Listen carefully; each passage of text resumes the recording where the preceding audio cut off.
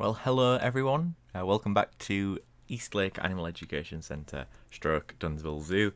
More so Dunswell Zoo to start with.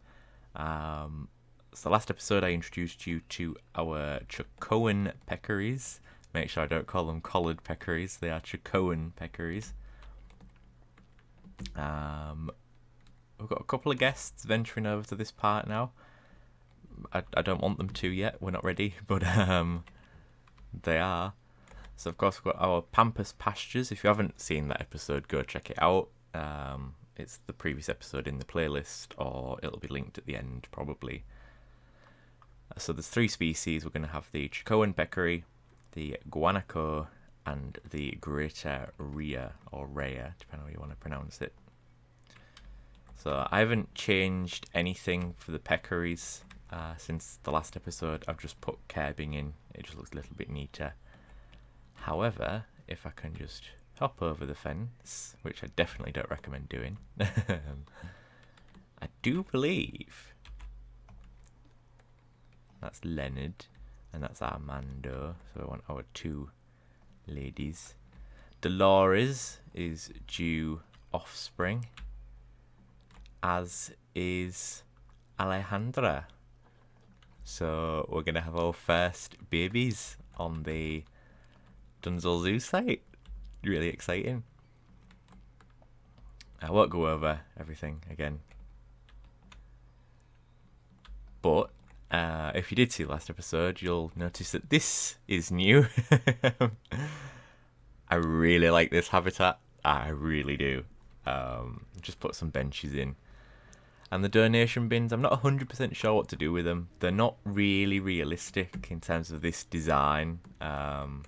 You don't just get open bins full of money in zoos. No one's actually donated anything yet. But we do, of course, have our Guanaco habitat. And I'm going to show you that now. So I had a little bit of a different idea in mind for the Guanaco habitat, but I can't do it without the free build mod, and I didn't want to wait any longer. So I've just sort of adapted it as best as I can, and what we'll do is when the free build mod does get updated, we'll reduce this staff path down to a 2 wide, probably. Here's Frank. See, Frank. So Frank's my size guide. And yeah, I'm really happy with this habitat. So we have our Guanaco. They are least concerned, so they're not breeding at the moment. We have 7 females and 1 male. It's a non-breeding male at the moment. That could change. But they've got a really, really nice habitat. I really like how it's turned out. And it replicates as closely as possible a mixture of the habitats what they can be found in. Of course, the main theming of this area for the 3 species, the peccary, the Guanaco, and then the Rhea, which is going to be over here, or the Rhea, is pampas, the pampas grasslands in South America. So the entire back of the habitat is pampas grass, and we've got a few sprouts up front, and we've got some out on the guest side of things as well. You will also notice, and it really annoys me, if I just zoom over here, the curb here and the curb here are considerably different, and that's because the ground's not quite even. I would have to take the path back up to do that and level it back out again, because you can see over here it actually sits flush, so it's not quite level, but you can't really tell. I'm not too bothered about it at the moment. But we have our Guanacos. So I wanted a nice open fronted habitat. They are confident with guests, so they didn't need too much privacy, which is a good thing. So I decided to just, rather than doing another offshoot like I did with the peccaries, I decided to just stick them on the main path, which you do get in zoos, to be fair. And of course they've got a themed habitat, but it's a realistically themed habitat. So it is South American themed, bamboo is a very sustainable material. Pampas grass grows readily in the UK, even though it's not native. Brambles, I forget the name of those. Puya. I don't know if they'd grow or not, but they look like things that I've seen in the UK before, so I'm just going to say yes. Again, we've got a wombu. And if they can't grow, we just pass it off as an oak tree. So yeah, really, really happy with this habitat, must be said. And I do need to work a little bit on the planting for the guest-facing things, but it's not on my list of priorities at the moment. I've also got some prairie cordgrass from the Frontier mod pack. I did want them for the Guanaco. Why didn't it show up actually, now that I'm thinking about it? Temperate taiga and grassland, South and Central America. Grassland and temperate. Have I made a boo-boo? So, continent, South Central America. And then the Guanacos wanted temperate taiga and grassland.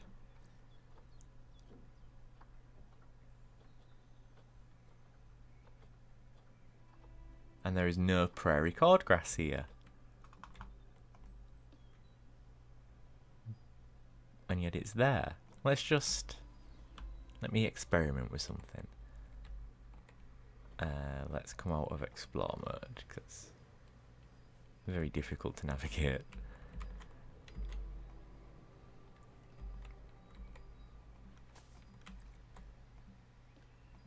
And if we just hit play.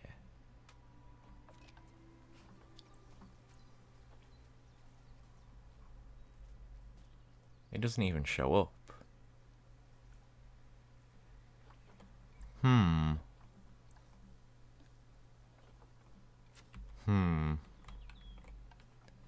Okay.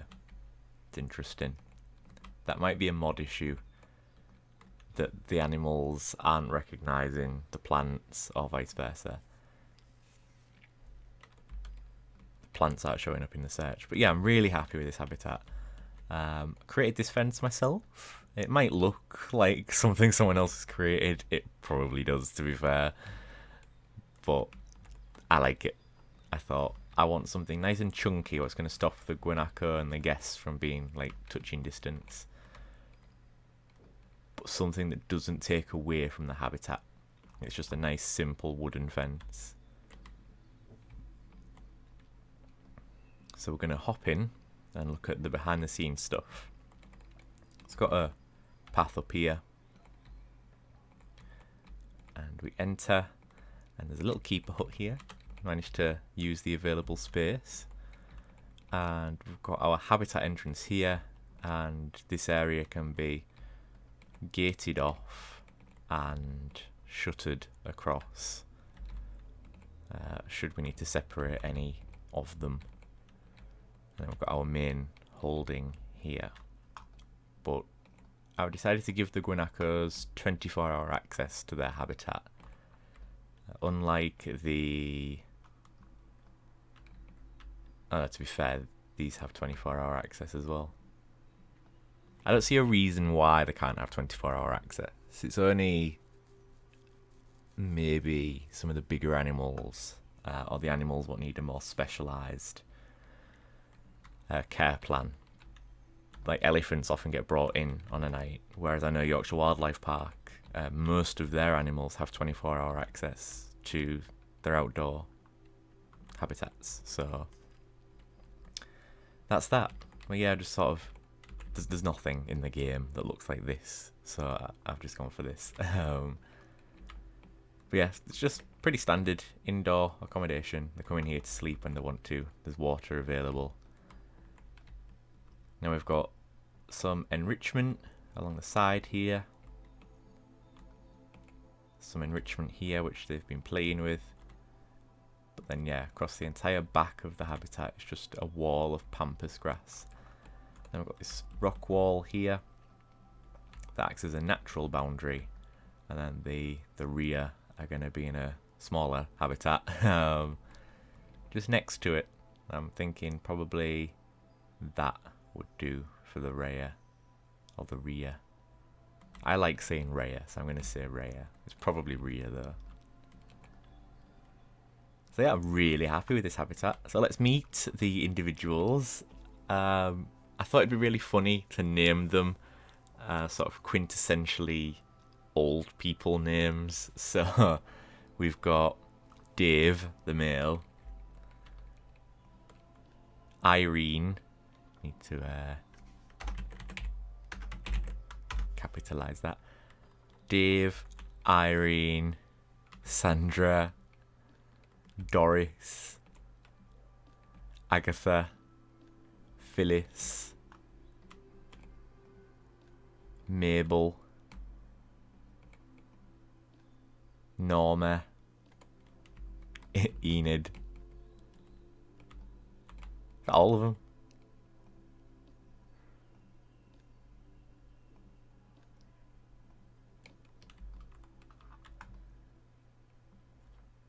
That's all of them. So that's what we've got basically.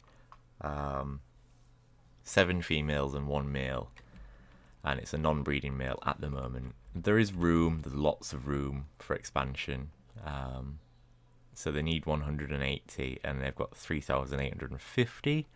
So there's lots of room for expansion for the herd, but they're at least concerned. They're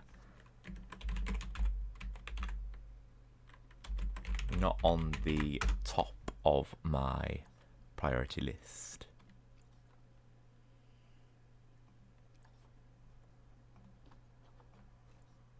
Sorry, we've got 8 females and 1 male, so we've got 9. Who have I missed? 1, 2, 3, 4, 5, 6, 7, 8. Oh, okay, fair enough. I can't count. So we've got 9 in total. 9. Guanaco. Just really happy with how this turned out. So the next episode will be the Rhea, or the Rhea. I like saying Rhea. Relatively small habitat. They don't need an awful lot of room, and I'm only going to have probably about 3 or 4 them plus room for juveniles, so not a massive habitat is needed particularly. I might see if I can do another offshoot, maybe, and then after the Rhea's done, or the Rhea,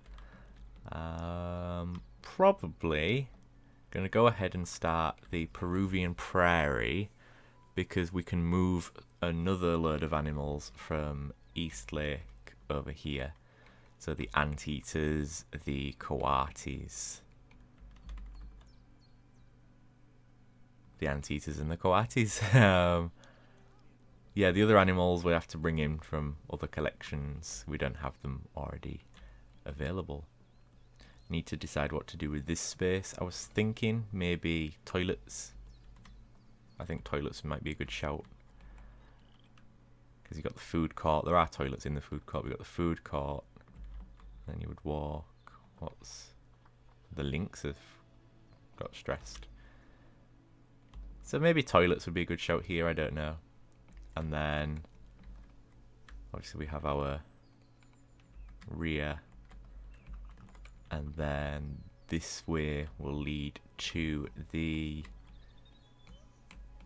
Peruvian prairie, and I can see that encompassing sort of this area. We've got more than 3 species to put in the Peruvian prairie, so yeah, I'm really happy with how that turned out. I'm just going to drop us in.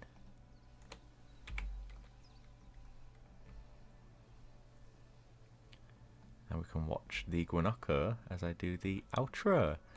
thank you for watching. It's a very short episode, I know. I just wanted to give my overview of how I built the habitat, why I built it the way I did, and what the futures for the habitat are.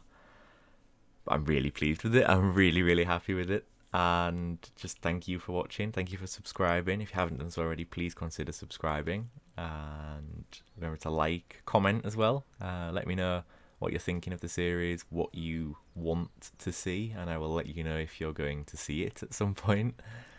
But yeah, it's all starting to come together, and I'm really, really happy. And yeah, I'm just going to stop talking now. Thank you for watching. Like and subscribe if you haven't done so already. Really helps me out. Follow me on Instagram at JW_YT. And until the next time, my friends, thank you for watching. Stay safe, stay kind, and bye-bye for now.